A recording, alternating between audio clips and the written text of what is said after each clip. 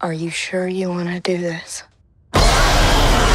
Alien Romulus মুভির কাহিনী 1979 সালের এলিয়েন মুভির প্রায় 20 বছর পরের সময়ের গল্প।